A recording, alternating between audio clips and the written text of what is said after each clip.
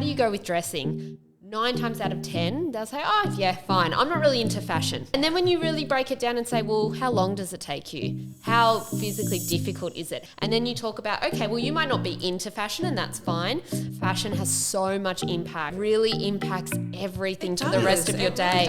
And so just considering that and thinking about, well, are there other options? Just that first initial consideration is really what we try to get people to start thinking about. Some people, they want to speak out, a voice to say anything and want breaking barriers to be bad.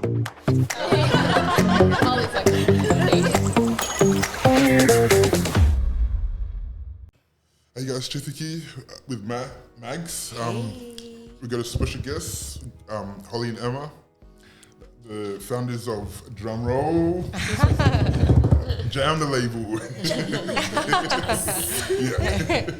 Now, you might have heard them on or seen them actually on Shark Tank Australia, but today they are here live in our studio. What an absolute honour. Honour. Thank you. Thank you both for making yourselves available to actually join us today. Emma and Holly, I just wanted to say I love you both and what your brand stands for. So we want to hear more about like you guys and the brand. And you want to hear more about it? Yeah, sure. Yeah. We can kind of give the spiel of how it all came about, which, as I said, I talk a lot, so cut me off if it's getting a bit boring. But Molly and I actually met while studying at university to become occupational therapists. And whilst we were studying, we were working casually as disability support workers, which so many allied health students do to get a bit of experience. And we used to come together all the time at uni and talk about our shifts as support workers and the good, the bad, the different. And at the time, we were mostly working with young people with disability. And I was working on a weekly basis with a young girl called Maddie. And Molly was working almost on a daily basis at some points with a young boy called Jack. And Jack and Maddie both have cerebral palsy. You had I know you got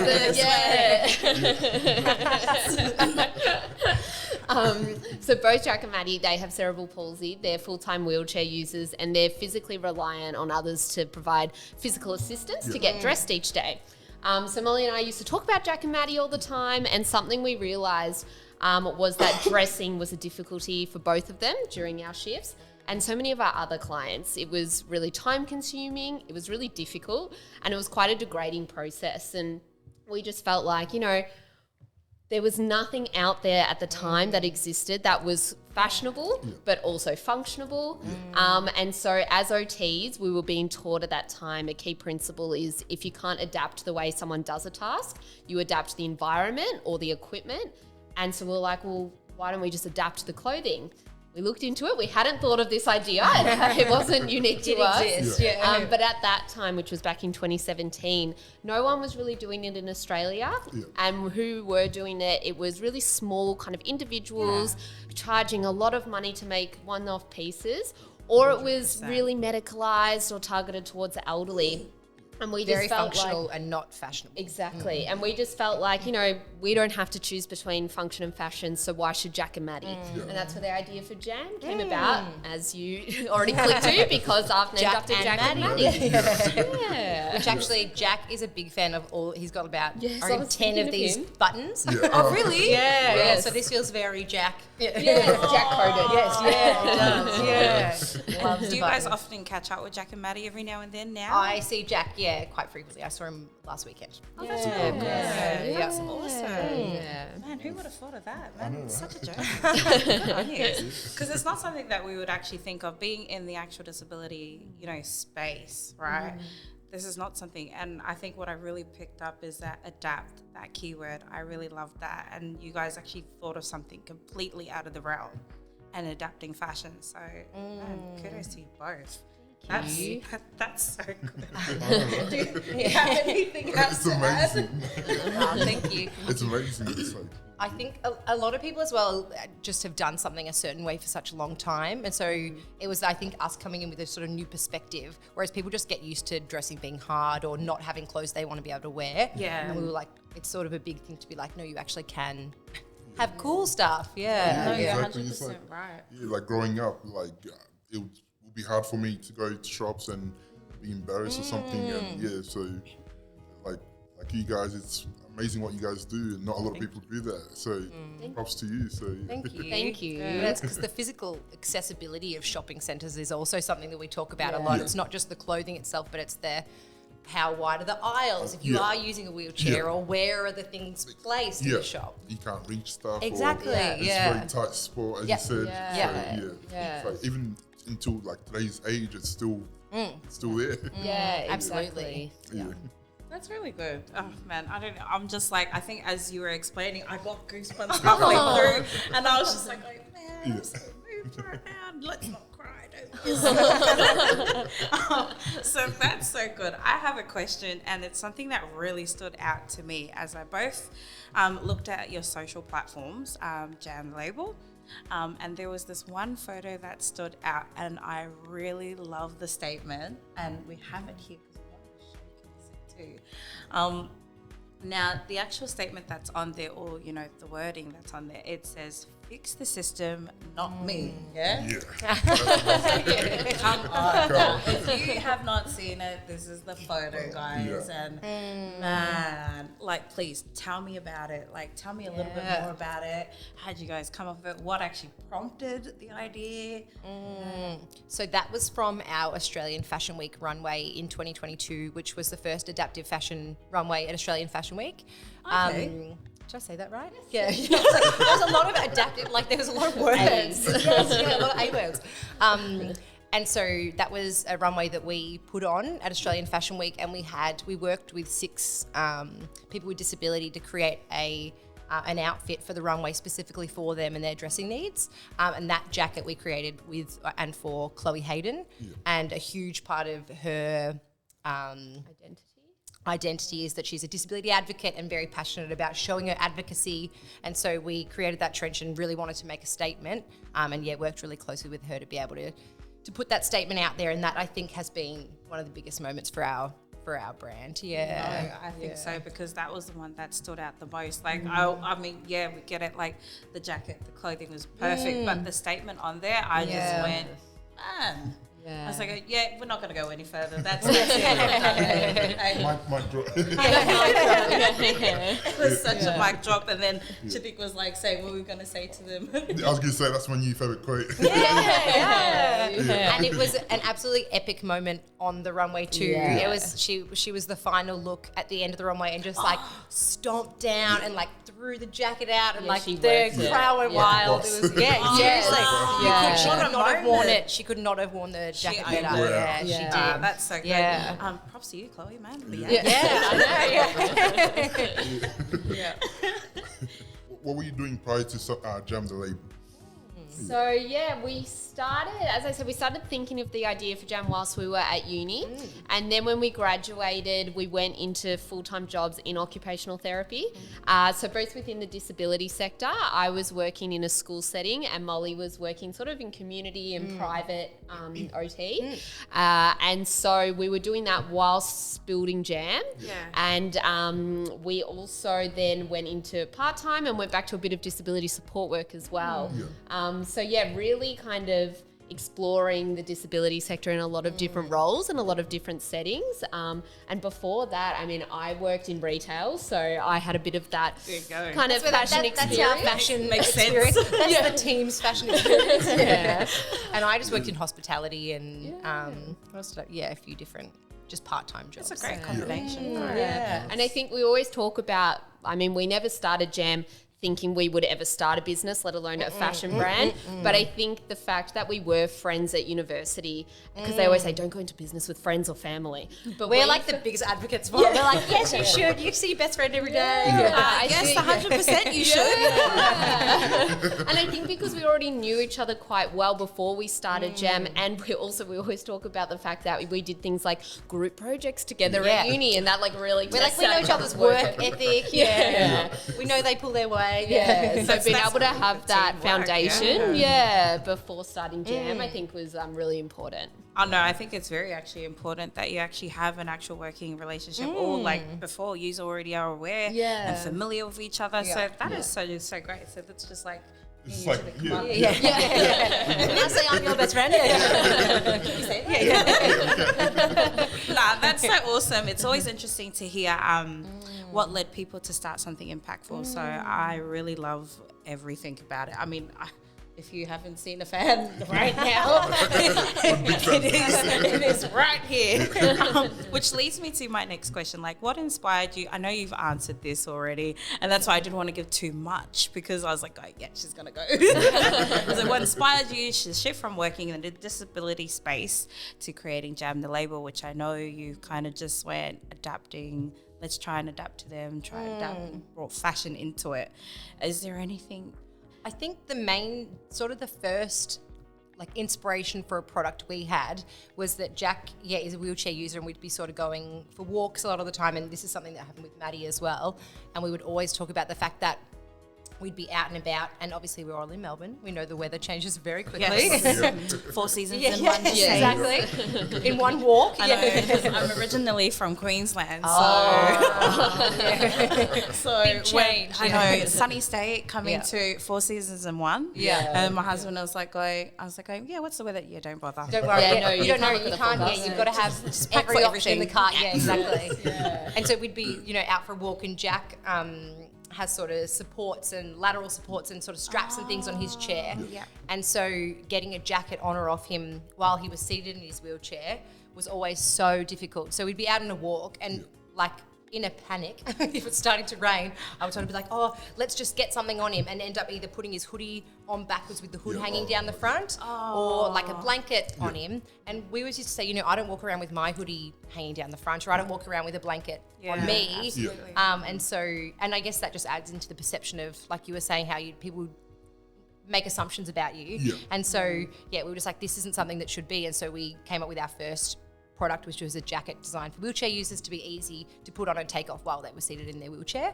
And I think that's one of the main inspirations. Yeah, and I think we also had, because we really were like, oh, we don't have any experience in this. Yes. How are we going to start a business? And we actually had in our final year of studying a presentation from a CEO of a disability support agency. And he studied OT as well. Oh, wow. And he gave this whole speech about how OTs are actually really well positioned to start businesses because we're problem solvers. And that's essentially what At the its best core. businesses Yeah, are. that's what OT is, solving a problem. And so I think that also gave us the inspiration and motivation to be like, well, maybe we could do this, and we can learn things along the way, which we've learned so much. But I think if we didn't have that push then, we probably wouldn't have had the confidence to start it, because absolutely. we definitely didn't think it was anything we'd ever do. But we I think were we like, still think it's weird that we're business owners. Really? yeah. It's not. It was never something that we Strove. Oh, pretty sure, definitely wasn't in the books, eh? But I mean, now that you guys are in the position that you are in, and when you look back at it, like, how do you guys feel now? Like, being able to inspire a lot of people with a disability and creating this for them. Yeah. Like, how do you feel now looking back at it? It's very surreal. Like, I think particularly thinking we just had our 6th birthday. Oh, On the 27th of February. Yeah. We happy turned birthday. 6, thank you. And I think that's just wild. And I think it's also wild to think back at who we were, like, when we did launch, because we were both so young now, thinking about it, and sort of really junior, and Just had that one product. And I think, and like both living at home with our parents, so and like, true, yeah. I just feel like we've sort of grown up so much with Jam now. yeah, but you don't almost realize until you really do reflect and think about it. Yeah. But So I the think experiences we've had, we would have never had as occupational therapists, like doing a fashion week. Or I know, going on Shark Tank. Like, Yes. we've had such experiences that just would Random. never, Yeah, and I think, but it's that core, and like that story that Molly was talking about, the jacket, is what we keep reminding ourselves of, like, well, that's why we started. We didn't start to be a huge business or to make a certain amount of sales. We started to solve a problem. And so reflecting on that, I think that's what keeps us going and keeps us motivated or inspired, is being like, well, as long as we're providing a solution to a problem that still exists, then we need to keep going. So I think that's what kind of has kept us going the last 6 years. because there definitely is some days that are very hard. As having a small business is a tricky thing sometimes, and so you're so right thinking about what we're doing. That original inspiration. I could imagine it's way more busier now, from being occupational therapist now to being in the whole Jam the label. Yeah, how's life changed since? Yeah, it's been very busy. I think for the last, when did we go full time into Jam? We went full time into 2022. So the last sort of 3 years, we've been working sort of like 6 to 7 days a week. And I mean, when you own your own business, you don't really clock off anyway. And you enjoy it so much, it doesn't feel like you're working. I was 6 to just 7 about to say, Yes. But I think when you think about that, you're like, oh, wow, like that is a lot. And it can be very, you know, emotionally, mentally taxing sometimes. But again, we're so lucky we have each other to like bounce off one another. Bounce that kind of energy off. I think this year in particular, we're really learning how to have more of a balance. So Molly has an 18-month-old at home. So I think it's really, you know, important that we're, kind of prioritizing our personal lives a little bit more now. We've both gone back into OT a couple days a week. I was just to dip our toes into it a bit. And again, we haven't been taking a wage from Jam the last few years. So I think the emotional side of that and the draining side of that, you can't continue that forever. And so I think... And we both really enjoy occupational therapy as well. So it's nice to... Because a lot of Jam is not really interacting with the disability community that much. Like in comments and stuff we do. Yeah, we like to work with people with disability. It's why we started what we do. So it is quite nice being back in OT, but it looks a little different this year. Yeah. Okay. Good.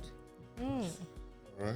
So I'm gonna explain some what breaking barriers is. Please. So it's people like that have a voice and they feel left out, and they want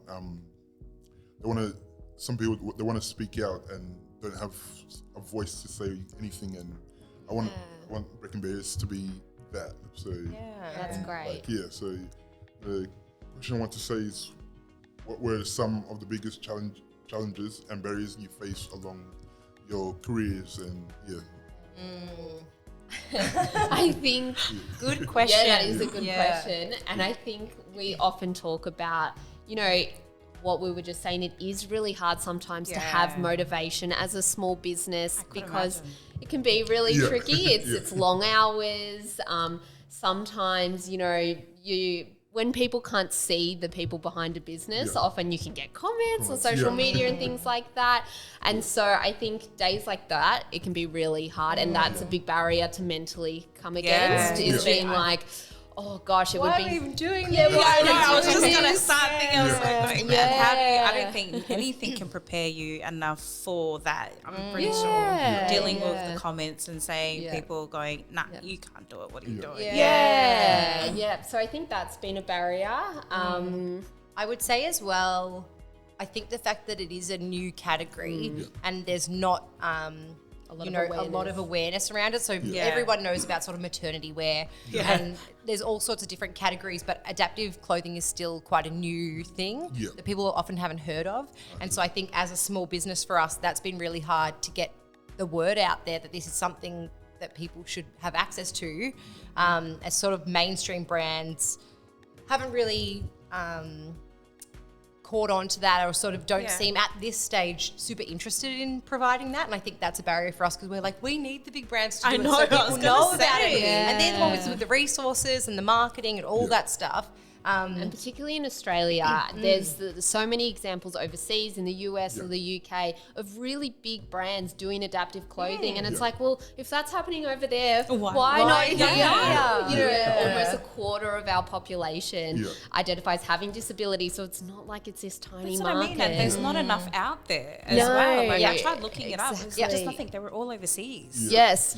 So, and we get sort of such a broad range of people reaching out to us, and I think that's why we're sometimes like, who are we making this for? Because we started it for young adults, but we're like, even we've got a customer who's 104, and we're like, there should be more options in different styles and different occasions and you know, there's like millions of people with disabilities around the world, so exactly we should like have it all around like the world, like clothing brand like you guys.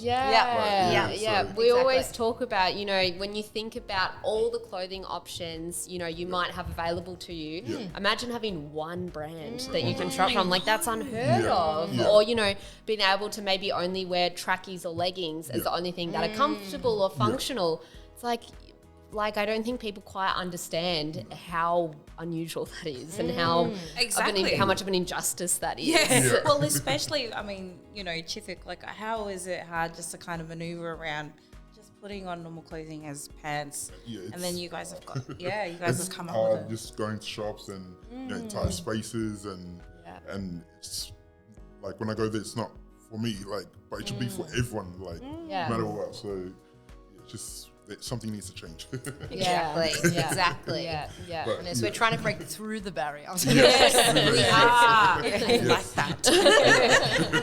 I like that. So I just want to continue on, just as what Chithik said, with Breaking Barriers podcast, it's actually just a platform where we can kind of showcase the challenges that both people with disability come in confrontation with, and just the challenges. And people might think that they've got it, but it never is. It's never convenient for a lot of them. So it's obviously just a platform just to kind of voice or be the voice for those who are unheard. And so I think that's something that I think we've got Chithik, who's the right person. If you guys actually have an opportunity to speak with Chithik alone and get to know her story. I know. Like I said, you're doing good, man. Yeah, absolutely. And you guys will kind of get a bit of a gist as to why, and he's so fitting for this. I think we work really well because, you know, a lot of the people kind of see Chithik struggles a little bit with stuttering when he's talking. I tell him, I said, don't worry about it. Like, show your flaws. Yeah. Show your flaws, because you never know the person who's actually watching it and they can see you and then they're going to go, man, I want to do that. I want to do that. If he could do it, I can do Absolutely. it. So, you know, if this is definitely the platform for him, and this is something he's breaking through those challenges, just like what you guys are doing Stepping now. out of You the guys, box. Yes, yeah, exactly. you guys seen that there was a problem in it, and you guys have come up with a solution. You guys have actually broke through the barriers, and I'm pretty sure that transitioning from being in a disability space into this, I am absolutely sure you guys have had so many challenges transitioning through all of that. And man, like I said, I take my hat off to both of you. It's really amazing what you guys are doing.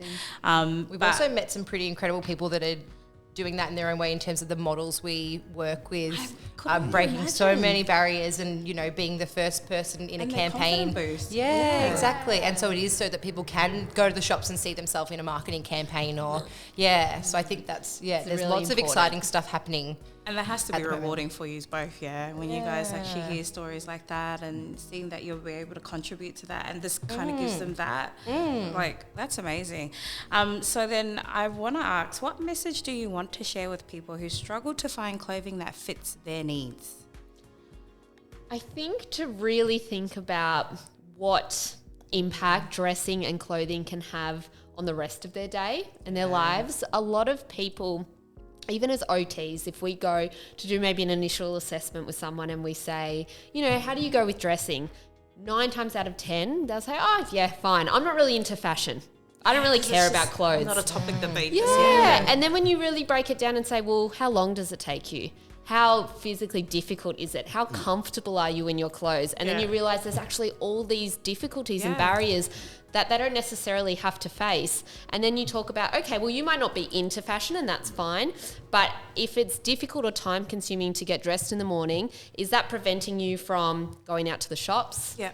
Socializing, going to university, whatever it is that fashion has such a direct correlation to.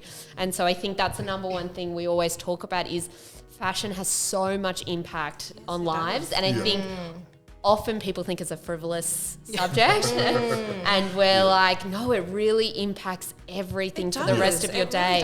And so just considering that and thinking about, well, are there other options? Should I think about what supports I might need to get dressed or in my clothing? Just that first initial consideration is really what we try to get people to start thinking about. And being a bit creative, I think, as well. Like, there's a lot of options. Like, we use a drop crotch in both of our pairs of pants. And, like, that's a fashion feature that other pants have. But we know in the seated position, it means you can pull your pants up a bit higher, or there's sort of room for discretion of continence aids and that sort of thing. So I think there is options. If you just think everything. I thought of everything. If you think a bit creatively as well around if it doesn't match your exact style, or even just like the stretch in like different fabrics and things like that. So if dressing is hard, is there sort of other options, even if there's not sort of an adaptive option that suits their style at the moment?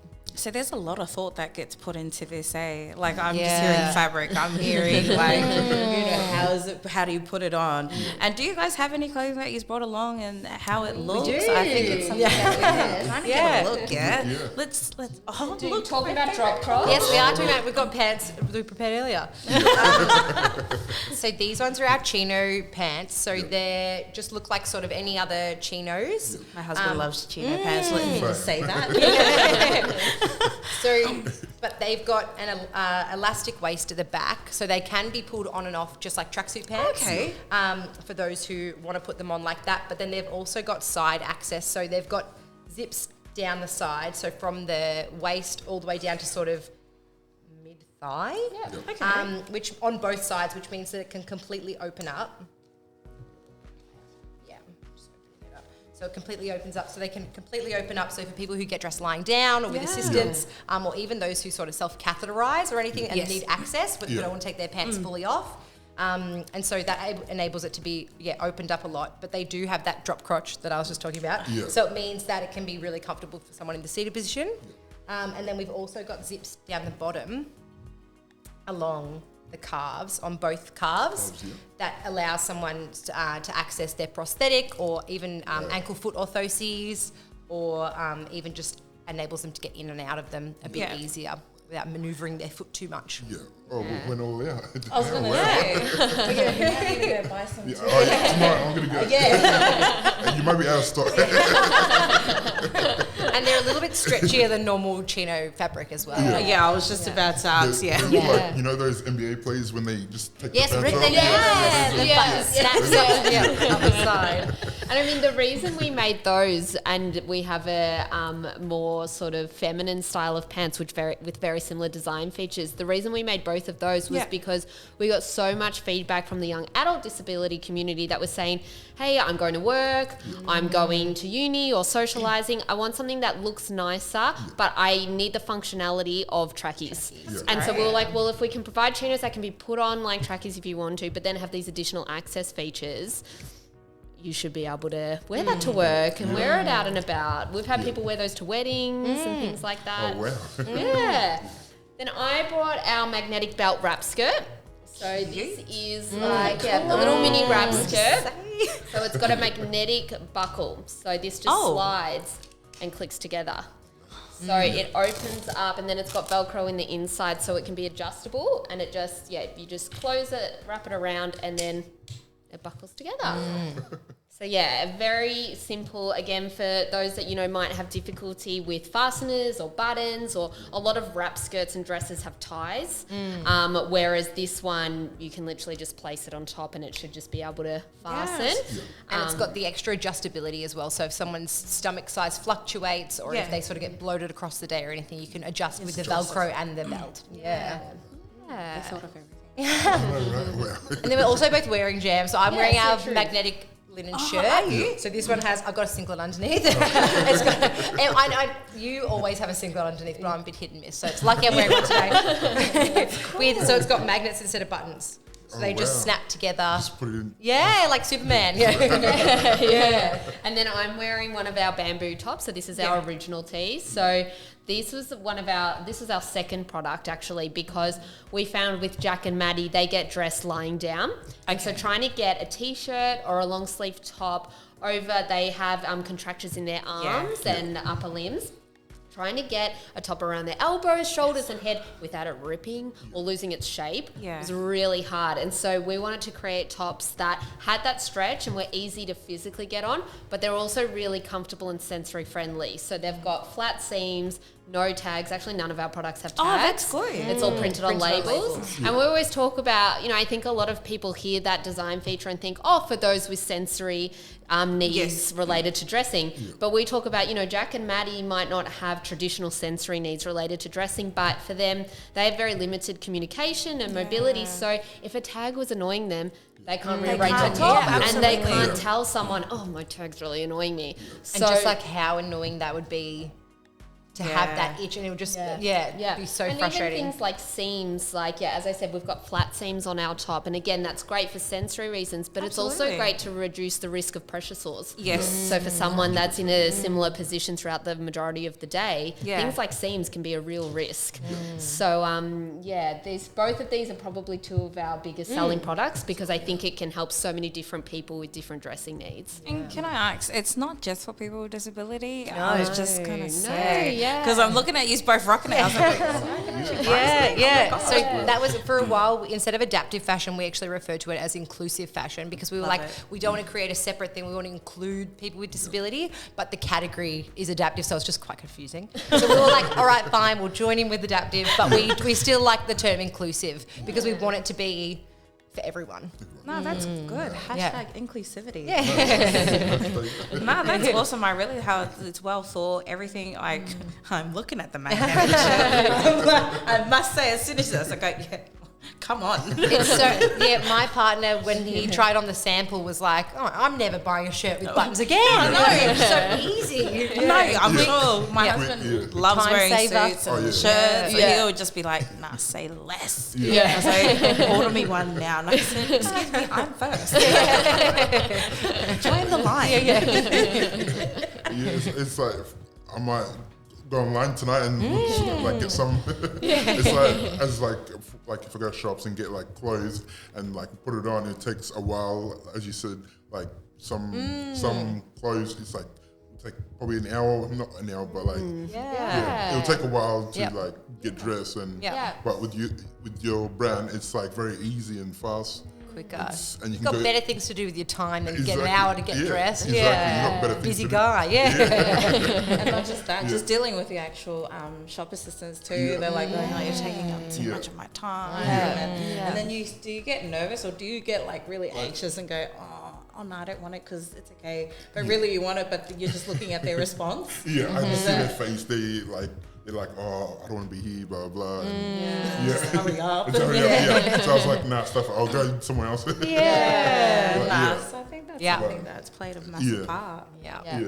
What has been the most fulfilling part of your work with Jam the Label? I think the customer feedback.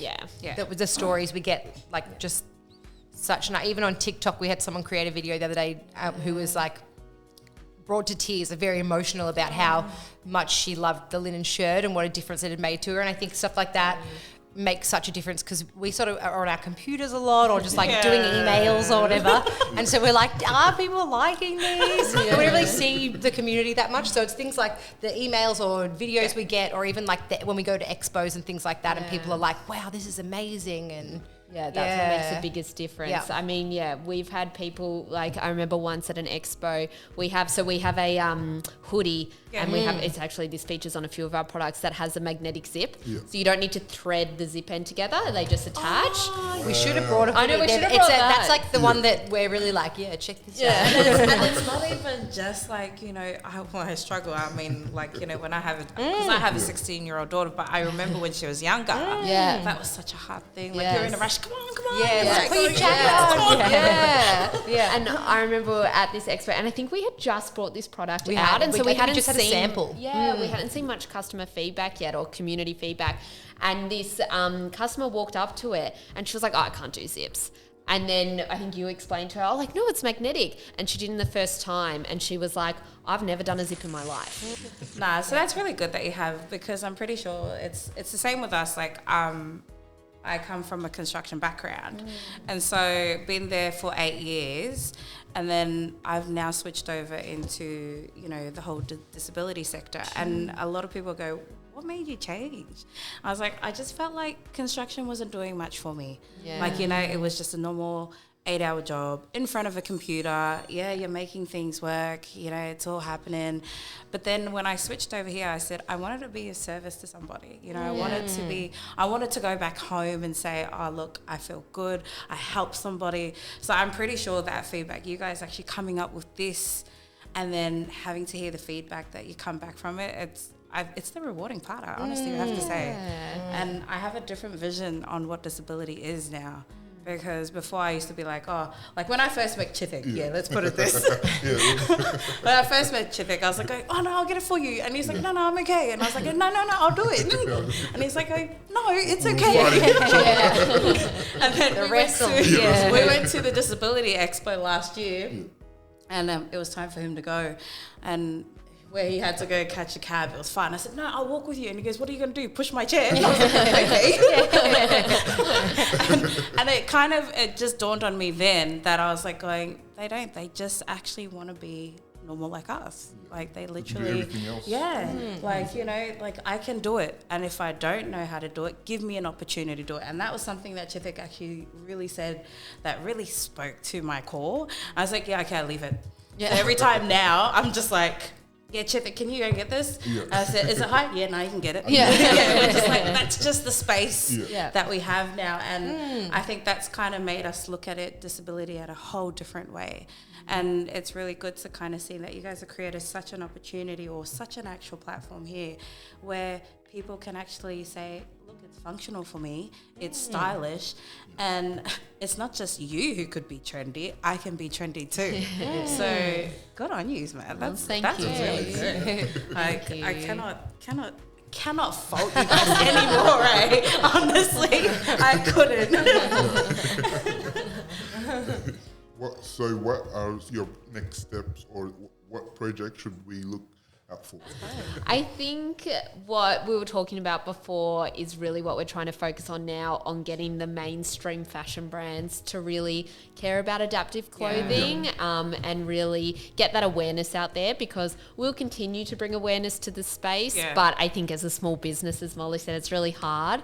And so the best thing we can do from here is really show how needed this is and how beneficial it would be for the retail community to have more adaptive clothing options. So that's something we're really trying to focus on this year, is getting the awareness out there. Yeah, I think a big thing on our mind at the moment is around our pricing and things like that. And as a small business, we can't price ourselves like brands like Kmart. And so we need brands like Kmart and other sort of mainstream fashion brands to make sure there is accessible options at every price point. And so I think that's our big thing for this year, is to try and bring some awareness from mainstream brands. That's great. I gotta ask, are you looking for any models? I'm asking for a friend. Don't be modest. You guys will have no clients. We were just saying, I was like, if you put them on the runway, it's like, they see me roll. So if you are looking, Chithik, yeah. All right, if you are. Like, you've got my number. Let me know. I think that's really good now. I think, So Emma and Holly, thank you for coming in. We love you guys. We're very honoured for you guys to come here and for our very first podcast as well. So thank you very much. And thank you so much for having us. It's been so fun. We've never done activities or games during a podcast before. So fun. I was just going to add, I was like, we hope you guys have had just as much fun as we have. Oh, so much fun. Having you both here. Like Chithik said, it's been a great honour just to have you guys both here for our first official podcast. Let's just say, and probably not the last. Now we'll be like, everyone's got to get around it. You're great. Thank you so much. 10%. So guys, if you guys are interested, please look them up. Jam the label. Great stuff that are coming out, and please do them a shout out. Let's go. Come on. Thank you. He has a motto that he wants to share as well at the end too. First of all, I want to say thank you for everyone that's listening. So stay tuned for the next one. My motto is, don't stare, be aware. It is. Don't stare, be aware. Be aware, That's a wrap, love ladies. Wow. Thank you. Thanks so much. That was so fun. I hope so. Yeah, no, it was really good. It's awesome. Loved it. It was great. We hope it wasn't too daunting.